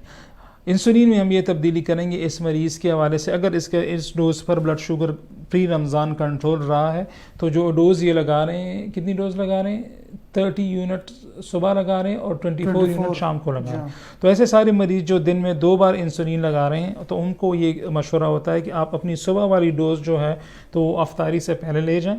तो ये बंदा अपनी 30 यूनिट जो सुबह लगा रहा है वो आप अफ्तारी से 30 मिनट पहले लगाएगा, 20 मिनट पहले, और जो शाम की डोज़ है उसको आधा करके हम सहरी में लगाते हैं, ठीक है ना। तो ये 24 यूनिट जो अभी ये शाम को खाने से पहले लगा रहे हैं, ये सहरी से जो है तो पहले लगाएंगे 12 यूनिट। तो इनकी ये डोज़ हो जाएगी 30 यूनिट सहरी अफ्तारी से पहले और 12 यूनिट सहरी से पहले, ठीक है ना। और फिर इन्हीं ब्लड लेवल्स पर इन्होंने अपने ब्लड शुगर्स चेक करने हैं एंड देन अकॉर्डिंगली इनकी डोज़ एडजस्टमेंट हो सकती है। तो जो कानून है वो ये है कि सुबह वाली डोज़ शाम को चली जाती है और शाम वाली डोज आधी हो जाती है और वो सहरी में आप लगाते हैं। तो ये रोज़ा रख सकते हैं अगर इनमें और कोई प्रॉब्लम्स ना हो और सिर्फ इंसुलिन लगा रहे हैं, दिल का कोई इशू ना हो, गुर्दे ठीक हो, कोई मेजर इशू ना हो, तो ये रख सकते हैं रोज़ा। लेकिन इंसुलिन में इन्होंने इस तरह की एडजस्टमेंट करनी है और अपना शुगर जो है तो वो रेगुलरली चेक करते रहना है। अच्छा जी, इनाम साहब पूछ रहे हैं कि सर टाइप 2 डायबिटीज़ के लिए इंटरमीडिएट एक्टिंग इंसुलिन आइडियल है या फिर short acting please. Type 2 diabetes के लिए अगर आपको बंदा इंसुलिन पर जा रहा है तो वो तो डिपेंड करता है कि उसमें प्रॉब्लम क्या है, ठीक है ना। अगर किसी बंदे का शुगर खाने के फ़ौरन बाद ज़्यादा हो रहा है तो उसमें हम शॉर्ट एक्टिंग इंसुलिन को प्रेफर करते हैं। अगर किसी बंदे का फास्टिंग ब्लड शुगर ज़्यादा आ रहा है और वो खाने के बाद उसका इतना शुगर ज़्यादा नहीं आ रहा, तो ऐसे मरीज़ को हम यूजुअली लॉन्ग एक्टिंग इंसुलिन देते हैं। इंटरमीडिएट एक्टिंग इंसुलिन पुरानी इंसुलिन है, यूज़ होती है क्योंकि अभी ये अफोर्डेबिलिटी की वजह से सस्ती इंसुलिन है एज़ कम्पेयर टू जो पेन में नई इंसुलिन आई हैं। लॉन्ग एक्टिंग इंसुलिन वो ज़्यादा बेहतर कंट्रोल करते हैं ब्लड शुगर को। तो ये डिपेंड करता है कि मरीज़ का प्रॉब्लम क्या है। अगर खाने के फ़ौरन बाद उसका शुगर बढ़ता है तो ऐसे मरीज़ को हम शॉर्ट एक्टिंग इंसुलिन प्रेफर करते हैं, और अगर फास्टिंग में उसका ब्लड शुगर बढ़ता हो तो ऐसे मरीज़ को हम इंटरमीडिएट एक्टिंग या फिर लॉन्ग एक्टिंग इंसुलिन जो है तो वो ज़्यादा प्रेफर करते हैं। तो ये डिपेंड करता है कि आपका कौन सी जगह पर लेवल का प्रॉब्लम। अगर दोनों का प्रॉब्लम है तो फिर ऐसे मरीज़ों को हम ऐसी इंसुलिन देते हैं जिसमें लॉन्ग एक्टिंग और इंटरमीडिएट शॉर्ट एक्टिंग दोनों मिक्स हों या अलग अलग हो। तो वो खाने के बाद वाले शुगर को शॉर्ट एक्टिंग से कंट्रोल करते हैं और फास्टिंग को और खाने के बाद जब वो नहीं खा रहा होता उस टाइम के शुगर को लॉन्ग एक्टिंग या इंटरमीडिएट एक्टिंग को कंट्रोल करता होता है। डिपेंड करता है कि आप में प्रॉब्लम कहाँ पे। जी बिल्कुल, जाने वाले के लिए कि भाई हमारे पास सिर्फ और सिर्फ 13 मिनट्स रह गए। 13 मिनट्स के बाद हम ये लाइव सेशन वाइंड अप कर रहे हैं। रमज़ान में हम सिर्फ 30 मिनट का लाइव सेशन करते हैं, बट जो डॉक्टर साहब रिकॉर्ड बना रहे हैं कि हम नॉर्मली लाइव में हम 1 आवर तक लेकर जा रहे हैं इस लाइव सेशन को, सिर्फ और सिर्फ अपनी for the benefit of our community. Thank you so much doctor साहब। खैर सवाल Mohammad Ahmad, age 34 year, HbA1c is 5.9, so I am diabetic, my fasting usually 110। अच्छा, ये इस तरह है कि हम बेसिकली 3 ग्रुप्स होते हैं। एक होता है नॉर्मल बंदा, एक होता है डायबिटिक बंदा और एक होता है उसके बीच का एक ग्रुप जिसको हम अपनी ज़ुबान में प्री डायबिटीज़ बोलते हैं। एक ऐसा बंदा जिसको शुगर है तो नहीं, लेकिन वो अगर एहतियात ना करें, वज़न बढ़ता रहे, उसी तरह सेडेंटरी लाइफस्टाइल गुजारता रहे तो वो डायबिटिक बन जाता है आने वाले दिनों में। और उसके लिए किताब ने अपने अपने लेवल्स डिफ़ाइन किए हुए। एक नॉर्मल बंदा जो है तो उसका फास्टिंग हमेशा 100 से कम रहता है और उसका HbA1c जो आपका 5.9 है वो 5.7 से कम रहता है। तो एक नॉर्मल बंदे की फास्टिंग 100 से कम और HbA1c 5.7 से कम होती है। दूसरे एंड पे जो डायबिटिक है उसका फास्टिंग ब्लड शुगर 124 या उससे ज़्यादा होता है और उसका HbA1c 6.5 या उससे ज़्यादा होता है। तो इसके बीच का ये जो ग्रुप है जहाँ पर HbA1c 5.7 से 6.4 तक हो और फास्टिंग 100 से लेकर 125 तक हो, इस ग्रुप को हम प्री डायबिटीज़ कहते हैं, ठीक है ना। और ऐसे बंदे को डायबिटीज़ का ख़तरा होता है। आपको शुगर है नहीं लेकिन आप नॉर्मल भी नहीं हैं, आप प्री डायबिटिक हैं, तो आप एहतियात करेंगे, आप वर्जिश करेंगे, परहेज़ करेंगे और अगर आपने वज़न कम किया और एहतियात किया तो आप जो है तो नॉर्मल लोगों में आ जाएंगे। आपका फास्टिंग 5.7 से कम और HbA1c 5.7 से कम और फास्टिंग 100 से कम हो जाएगा। और अगर आपने एहतियात नहीं की तो कुछ महीनों में, मे बी 1 साल 2 में, आप जो है तो ये बैरियर क्रॉस करके 6.5 और 126 तक पहुंच जाए तो आप डायबिटिक बन जाएंगे। तो आप प्री डायबिटिक हैं, एहतियात करें, वज़न कम करें, एक्सरसाइज करें ताकि आप नॉर्मल की तरफ आ जाएं। बहुत शुक्रिया जी। सुहेल रज़ा साहब, सर मेरी अम्मी है वो इंसुलिन यूज़ करती है, करने के लिए सिरिंज यूज़ करती है तो बहुत ज़्यादा अरसा से, सर एनी अल्टरनेट तरीका कि वो सिरिंज यूज़ ना करे। अच्छा, सिरिंज के अलावा जो ऑप्शन हमारे पास हैं, पेन्स मौजूद हैं मार्केट में, मुख्तलिफ़ किस्म के पेन्स हैं। कुछ इंसुलिन ऐसी आती हैं जो आती ही पेन में, डिस्पोजेबल पेन होता है, वो इंसुलिन पेन में होती है और उसके नीडल्स भी बहुत छोटे होते हैं। जो आम नीडल आप यूज़ कर रही हैं, आपकी अम्मी यूज़ कर रही हैं, वो 8 mm के 10 mm के होते हैं।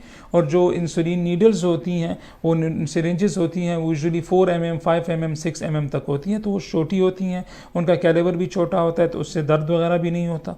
तो आप या तो ऐसा पेन पे स्विच हो जाएं जो डिस्पोजेबल पेन होती है, जिसमें आपकी इंसुलिन पहले से मौजूद होती है, आप इंसुलिन लगा दें, जब आपकी इंसुलिन उस पेन में ख़त्म हो जाती है डिवाइस में, तो आप वो हटाकर दूसरी इंसुलिन जो है तो पेन ले लेते हैं। और दूसरे किस्म के पेन रीयूजेबल पेन होते हैं, जिसमें आप खोल कर आप अपनी इंसुलिन की कार्ट्रिज डालते हैं और फिर उसको बंद करते हैं और फिर उसी को नीडल के थ्रू यूज़ करते हैं। तो दोनों पेन डिवाइसेस अवेलेबल हैं, डिस्पोजेबल पेन्स भी अवेलेबल हैं, रीयूजेबल पेन भी अवेलेबल हैं। जो नीडल के हवाले से बेहतर ऑप्शन है, तो आप अपने मालिज से मिलें, अपने फिजिशियन से मिलें, उनसे अपना प्रॉब्लम डिस्कस करें। वो आपको डेफिनेटली नीडल से स्विच करके पेन्स पे ले आएंगे, तो पेन की वजह से आपको एटलीस्ट ये दर्द कम होगा। पेन की नीडल छोटी होती है, कैलिबर छोटा होता है, तो आप यू कैन यूज़ दैट। तो अवेलेबल हैं, ऐसी डिवाइसेस हैं, पेन फॉर्म में हैं जी। Thank you so much. Waqar Ali साहब पूछ रहे हैं कि sir my mother is diabetic patient and uses glucophage tablet. Normally she doesn't have too much sugar level. Normally, doctor, may she use the tablet in सहरी or not? तो depend करता है Glucophage को आप किस तरह एडजस्ट करते हैं रमज़ान में। अगर आप दिन में एक बार ग्लूकोफेज ले रहे हैं तो वो आपने इफ्तारी के साथ होगी। अगर आप दिन में 2 बार ग्लूकोफेज ले रहे हैं, सुबह और शाम ले रहे हैं, तो आपने एक गोली अपनी इफ्तारी में रख लेनी है और एक गोली आपने अपनी सहरी में रख देनी। ग्लूकोफेज कभी कभी हम दिन में 3 बार भी देते हैं, सुबह दोपहर शाम। ऐसे मरीज़ को हम कहते हैं कि आपने सुबह और दोपहर वाली डोज दोनों में लाकर अफ्तारी में रख लेनी है और शाम वाली डोज जो है तो वो आपने सहरी में ले लेनी है। तो ये डिपेंड करता है कि आपकी मदर कितने टाइम ग्लूकोफेज यूज़ करती है। अगर एक बार करती है तो वो अफ्तारी में लें, अगर 2 बार यूज़ करती हैं तो एक बार अफ्तारी और एक बार सहरी में लें, और अगर 3 बार यूज़ कर रही हैं तो सुबह और शाम वाली डोज जो है तो वो अफ्तारी में आ जाएगी दोपहर वाली, और शाम वाली डोज जो है तो वो सहरी में चली जाएगी। जी हाँ, बहुत बहुत शुक्रिया। ऑन और सवाल, what if fasting is 101 and non diabetic so for, what advice? Fasting 101 जो इससे पहले भी हम साहब को बता रहे थे कि नॉर्मल बंदे की फास्टिंग 100 से कम होती है। अगर किसी बंदे की फास्टिंग 100 या उससे ज़्यादा है तो ये नॉर्मल नहीं है। अगर 125 से कम है तो डायबिटिक भी नहीं है, ये बीच का ग्रुप है जिसको हम प्री डायबिटिक कहते हैं, ठीक है ना। और प्री डायबिटिक के लिए यही एडवाइस होती है कि वो परहेज़ करता है, वो एक्सरसाइज करता है बिल्कुल डायबिटिक पेशेंट्स की तरह, लेकिन वो दवाइयाँ नहीं ले रहा होता। डिफरेंस ये है कि जो डायबिटिक होता है तो वो साथ में मेडिसिन भी ले रहा होता है, एक्सरसाइज और परहेज़ भी कर रहा होता है। और जो डायबिटिक नहीं होता, प्री डायबिटिक होता है, वो सिर्फ एक्सरसाइज और परहेज़ पर मेहनत करता है, तो मोस्ट ऑफ द टाइम वो नॉर्मल की तरफ चला जाता है। 58% लोग जो हैं सिर्फ डाइट और एक्सरसाइज करने से ही नॉर्मल की तरफ जा सकते हैं। तो हम उनको देखते हैं, हम उनको डाइट और एक्सरसाइज के बारे में कहते हैं, डाइट समझाते हैं, आधे घंटे तक से 1 घंटे तक हम उनको वॉक एक्सरसाइज का कहते हैं, फिर उनको दोबारा चेक करते हैं। अगर 3-6 महीने में अगर वो नॉर्मल की तरफ चले जाते हैं तो वेल एंड गुड। अगर इस सारी मेहनत के बावजूद भी वो प्री डायबिटिक ही रहते हैं, फास्टिंग 100 से ऊपर आ रहा है, HbA1c 5.7 से ऊपर आ रही है, तो फिर उसके साथ हम मेडिसिन ऐड कर सकते हैं। लेकिन स्टार्ट करना हो इसमें हम डाइट और एक्सरसाइज रखते हैं, और बाद में अगर ज़रूरत हुई तो गोली दे सकते हैं। तो 101 इज़ नॉट नॉर्मल। आप इसको कोशिश करें कि 100 से कम हो, परहेज़ शुरू करें आप प्रॉपर डायबिटिक पेशेंट्स की तरह, और आपने एक्सरसाइज शुरू करनी है तो होपफुली ये नॉर्मल हो जाएगा। Thank you so much doctor साहब। सबसे आखिरी सवाल मैं पूछूंगा और फिर डॉक्टर साहब की एडवाइस लेंगे, मैसेज लेंगे, पैगाम लेंगे अपने आवाम के लिए। वैसे तो ये तमाम तर मैसेज के आवाम के लिए मैसेज था, मैं स्पेसिफिक होगा। डॉक्टर साहब, जो रमज़ान के महीने में डायबिटिक पेशेंट होते हैं वो तो या टैबलेट यूज़ करते हैं ओरल में और या इंसुलिन लगाते हैं, तो क्या डायबिटिक ये जो रमज़ान महीने में क्या पॉसिबल होता है कि उनकी जो मेडिसिन की जो मिकदार है वो अप एंड हाई कर सकते हैं? हाँ, ये इंपॉर्टेंट क्वेश्चंस हैं जो रमज़ान के हवाले से है कि भाई अगर कोई बंदा सिर्फ टैबलेट्स ले रहा है तो वो किस तरह अपने आप को एडजस्ट करेगा, और अगर इंसुलिन ले रहा है तो वो किस तरह एडजस्ट करेगा। तो टैबलेट के हवाले से एक चीज़ पर तो बात होगी कि ग्लूकोफेज अगर ले रहा है तो उसने किस तरह एडजस्ट करनी है।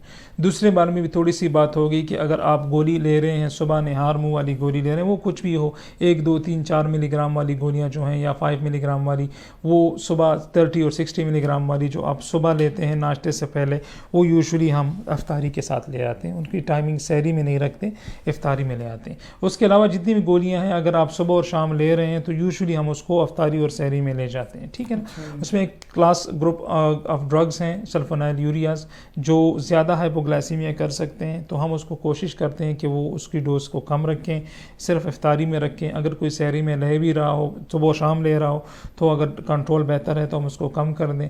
तो उस एक गोली में शुगर के कम करने की सलाहियत आम गोलियों के मुकाबले में ज़्यादा होती है। तो उस कोशिश होती है कि वो इफ्तारी के साथ हो, और अगर दिन में एक बार हो तो वो इफ्तारी के साथ हो। बाकी जितनी भी गोलियां हैं शुगर की वो यूजुअली सुबह और शाम होती है, और अगर एक टाइम भी है तो आप उसको इफ्तारी में ही ले लिया करें। और अगर 2 टाइम है तो जिस तरह हमने डिस्कस की, ग्लूकोफेज इफ्तारी और सहरी में ले सकते हैं, और टैबलेट्स भी इफ्तारी और सहरी में ले सकते हैं अगर आप दिन में 2 रह रहे हैं।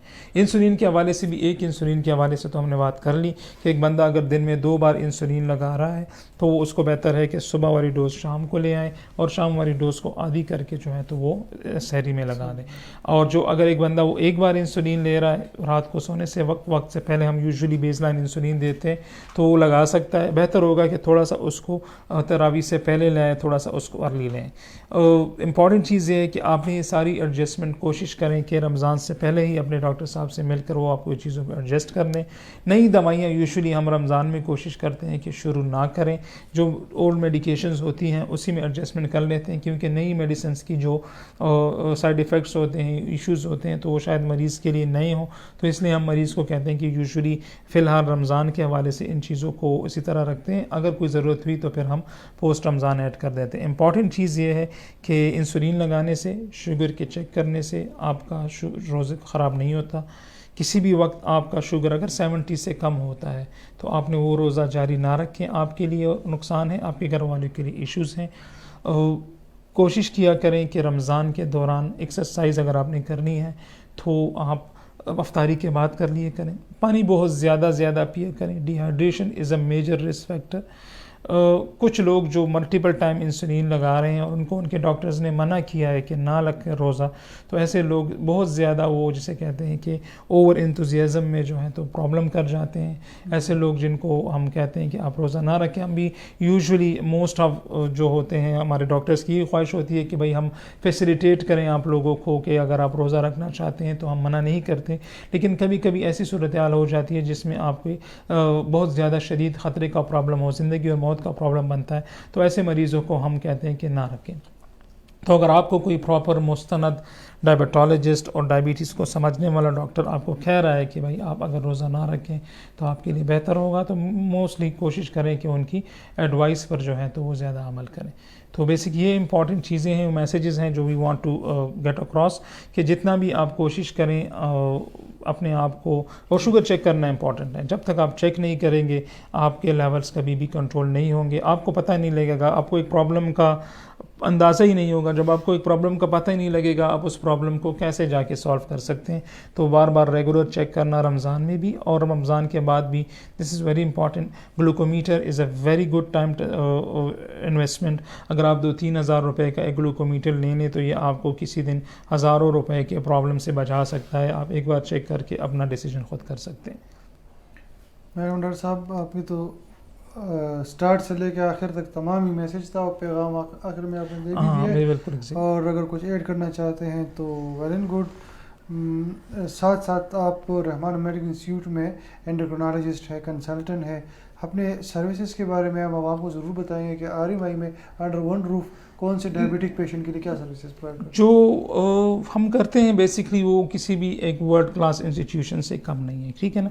डायबिटीज़ के हवाले से तकरीबन हर एक एस्पेक्ट को हम कवर करते हैं। डायबिटीज़ के हवाले से आपके कंट्रोल, आपकी डाइट, आपकी एक्सरसाइज, आपकी वेट लॉस स्ट्रेटजीज़, आपके जो हैं तो कॉम्प्लिकेशंस की स्क्रीनिंग, आंखों के लिए देखना, गुर्दों के प्रॉब्लम्स को सॉल्व करना, कार्डिक इश्यूज़ को सॉल्व करना, इंसुलिन की टेक्निक, सारी इंसुलिन की डिवाइसेस। एक नई चीज़ जो मैं इस फोरम के थ्रू से I will want this to get across, कि एक नई डिवाइसेस आई हैं डायबिटीज़ में, जहाँ पर आप एक चिप लगाते हैं 14 दिन के लिए, आपका पूरा हफ्ता वो 2 हफ्ते तक वो मुकम्मल आपका ब्लड शुगर रिकॉर्ड कर रहा होता है, उसकी अपनी एक डिवाइस होती है, वो आप लगाते हैं और ऑटोमेटिकली आपको हर 5 मिनट बाद आपके लेवल्स बता देती हैं। तो ये एक नई चीज़ डायबिटीज़ में अभी पाकिस्तान में अवेलेबल हुई है, बाहर की दुनिया में तो पहले से थी, पाकिस्तान में ये 2021 में ये चीज़ आई है, तो इसको हम हमारे पास अवेलेबल है, वी डू दैट।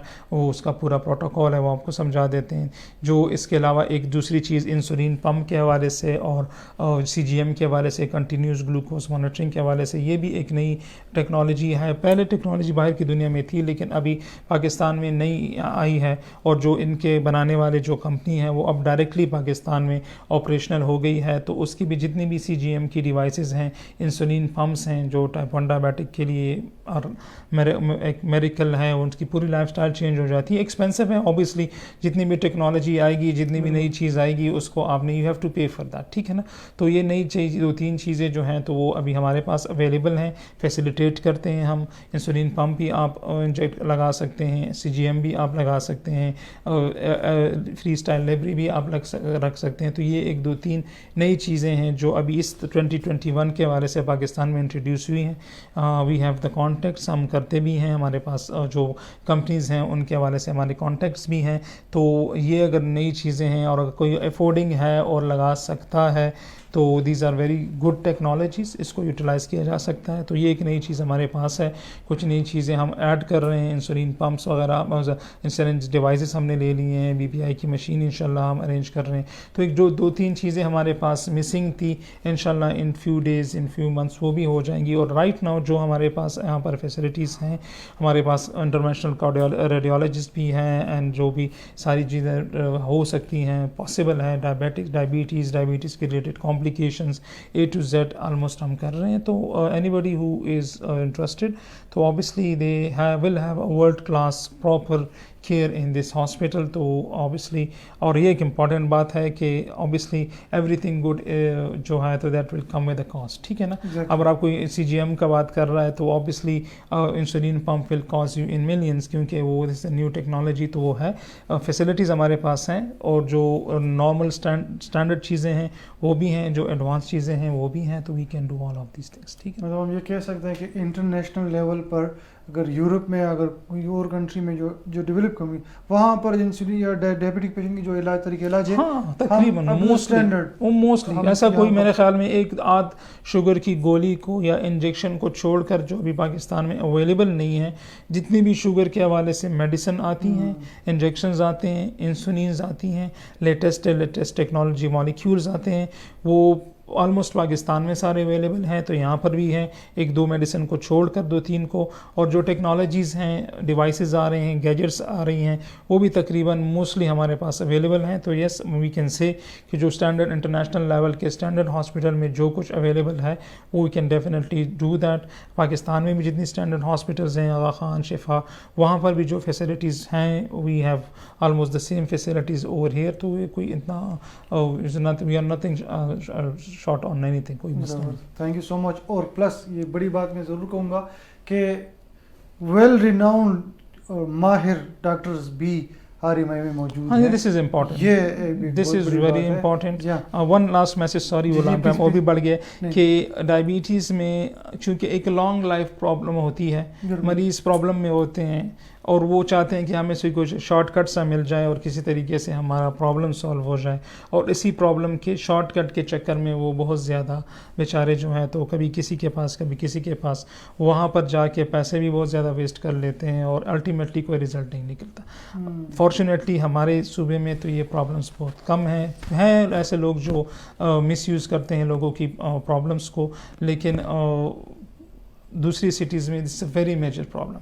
तो लिहाजा जब तक आपको प्रॉपर क्वालिफाइड बंदा कोई भी हो, मैं हूँ नॉर्थ वेस्ट में है, HMC में है, LRH में है, कहीं भी है, शिफा में है, प्रॉपर बंदे के पास जाया करें। ये जो छोटे छोटे अपने सिस्टम बनाए होते हैं कि मैं आपकी इंसुलिन छुड़ा दूंगा और जो है तो आपको सब कुछ खाएंगे, और हम डायबिटीज़ का इलाज नहीं करते, हम पित्ते का इलाज करते हैं, और हम इलाज बिल ग़िज़ा करते हैं, और हम जो है तो ख़ुराक के ज़रिए से इलाज करते हैं। ये सारे प्रॉब्लम हैं, ड्रामे हैं।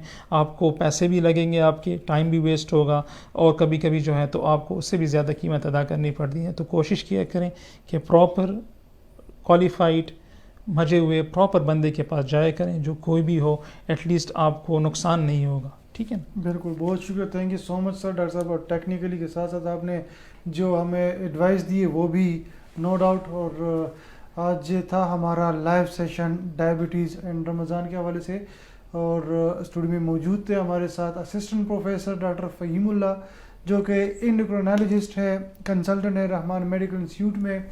उन तक रसाई बहुत आसान है। अपने प्रोड्यूसर साहब से अर्ज़ करूँगा कि यहाँ पर जो हमारा अपॉइंटमेंट नंबर है वो यहाँ पर प्रोवाइड करें।